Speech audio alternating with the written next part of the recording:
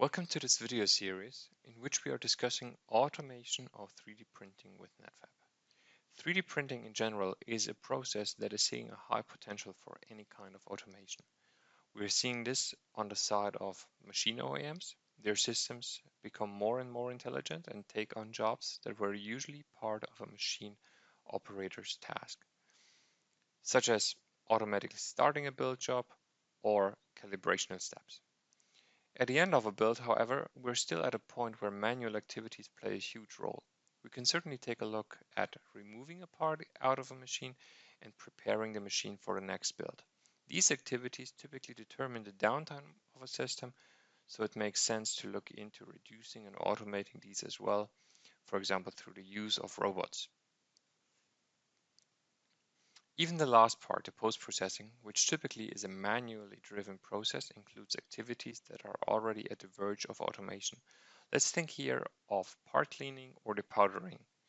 Additional process steps could include the subtractive finishing of parts, something that is typically referred as hybrid manufacturing.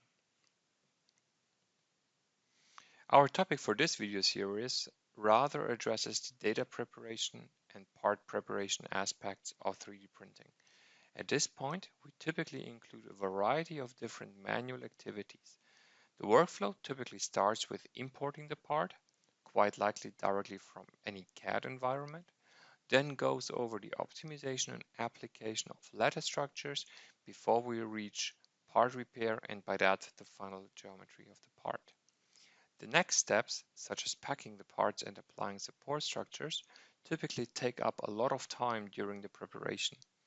In the last step, we can take a look into simulation of the build process, the machine-specific tool pathing, and the export into the printer-specific file format. As we can see, there are quite many different manual workflow steps that could be considered as time-consuming and redundant. Typically in focus are here the part repair and the support generation.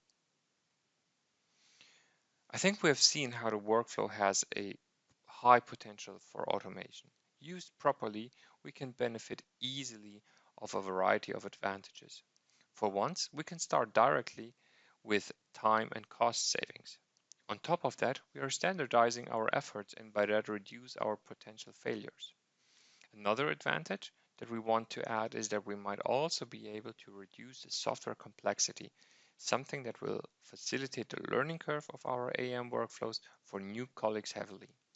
So the question for us at this point is, how can we address these automation potentials right here in Netfabb? Automation has and will always be a very important topic in Netfabb.